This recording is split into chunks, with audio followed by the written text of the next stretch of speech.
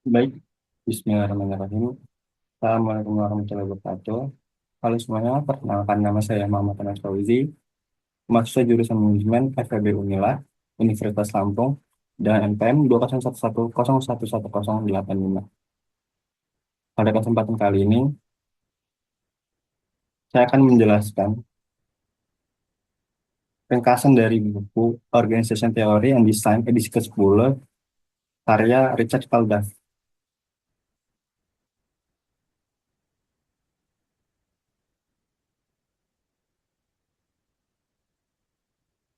Pada kesempatan kali ini, saya akan menjelaskan ringkasan dari bab 1, yaitu Organization and Organization Theory, di mana isi utama dari bab ini adalah definisi organisasi sebagai entitas sosial yang diarahkan pada tujuan, terstruktur secara sengaja, dan terhubung dengan lingkungan eksternal, dimensi desain organisasi, yaitu struktural, konseptual,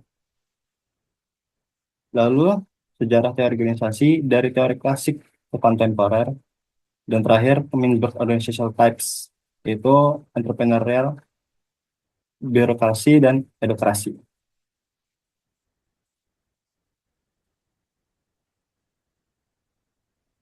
Pada bab 1 ini, memperkenalkan konsep dasar organisasi dan pentingnya teori organisasi dalam memahami serta mengelola entitas yang kompleks dan dinamis. Organisasi didefinisikan sebagai sistem sosial yang terdiri dari individu atau kelompok yang bekerja bersama secara terorganisasi dan terstruktur dengan tujuan mencapai hasil yang telah ditentukan. Organisasi tidak berdiri sendiri, melainkan berada dalam ekosistem yang berinteraksi dengan berbagai elemen lingkungan eksternal seperti pemerintah, saing, pemasok, dan pelanggan. Organisasi sangat penting dalam kehidupan modern. Kita lahir, tumbuh, belajar, bekerja, dan bahkan meninggal dalam struktur yang disediakan oleh berbagai organisasi seperti rumah sakit, sekolah, tempat kerja, dan layanan publik. Organisasi memengaruhi ekonomi, inovasi, kesejahteraan sosial, dan pertumbuhan budaya masyarakat. Untuk menganalisis organisasi, DAF memperkenalkan dua kategori utama dalam desain organisasi. Yang pertama yaitu dimensi struktural dan dimensi konseptual. Dimensi struktural mencakup elemen-elemen seperti spesialisasi kerja, formalisasi, hierarki otoritas, sentralisasi, dan profesionalisme. Dimensi ini membentuk kerangka kerja internal organisasi. Sedangkan dimensi konseptual merujuk pada faktor eksternal seperti ukuran organisasi, teknologi yang digunakan, lingkungan eksternal, strategi, dan budaya perusahaan. Dimensi konseptual memberikan latar belakang bagi struktur organisasi. Teori organisasi berkembang seiring waktu, dimulai dari pendekatan klasik seperti teori manajemen ilmiah Frederick Taylor dan teori birokrasi dari Max Weber. Kedua pendekatan ini menekankan efisiensi, spesialisasi, dan struktur hierarkis yang kaku. Namun, seiring berkembangnya lingkungan bisnis yang semakin kompleks dan dinamis, teori organisasi berkembang menuju pendekatan sistem terbuka yang menekankan pentingnya adaptasi, komunikasi dua arah, dan pengaruh lingkungan. Bab ini juga membahas konfigurasi organisasi menurut Henry Mintzberg yang mengidentifikasi 5 tipe dasar, yaitu struktur sederhana, birokrasi mesin, birokrasi profesional, bentuk divisional, dan adokrasi. Masing-masing memiliki karakteristik unik dalam mengelola otoritas, spesialisasi, dan mekanisme koordinasinya. Misalnya, birokrasi mesin cocok untuk lingkungan yang stabil dan dapat diprediksi seperti produksi massal. Sementara adokrasi lebih cocok untuk industri kreatif dan teknologi yang sangat dinamis. Dalam konteks saat ini, tantangan yang dihadapi organisasi semakin kompleks. Globalisasi, perusahaan teknologi yang cepat, tekanan etika dan tanggung jawab sosial, serta keberagaman tenaga kerja mendorong organisasi untuk beradaptasi dan berinovasi.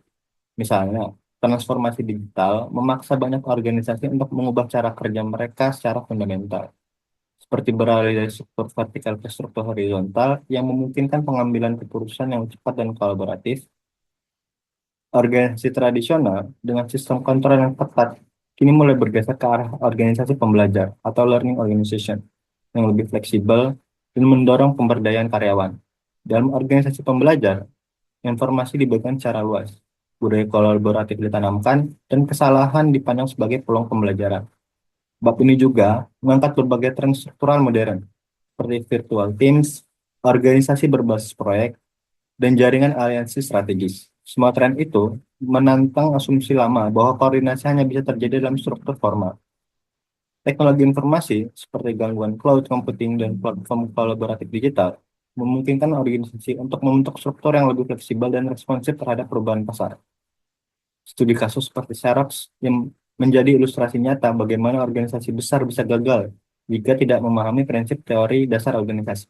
Kegagalan Xerox pada awal 2000-an disebabkan oleh kombinasi struktur internal yang kaku, ketidakmampuan dalam mengadopsi inovasi teknologi, dan kultur organisasi yang tidak mendukung perubahan. Namun dengan kepemimpinan Hannibal Kehi, Xerox berhasil pulih dengan mereformasi struktur, meningkatkan komunikasi internal, dan memperkuat hubungan dengan pelanggan. Kesimpulan dari bab ini adalah menekankan bahwa pemahaman mendalam tentang teori organisasi dapat membantu manajer membuat keputusan yang lebih baik, menciptakan struktur yang efisien, dan mengelola perubahan dengan sukses. Teori organisasi bukan hanya alat analisis, tapi juga panduan praktis dalam menghadapi tantangan organisasi di dunia nyata.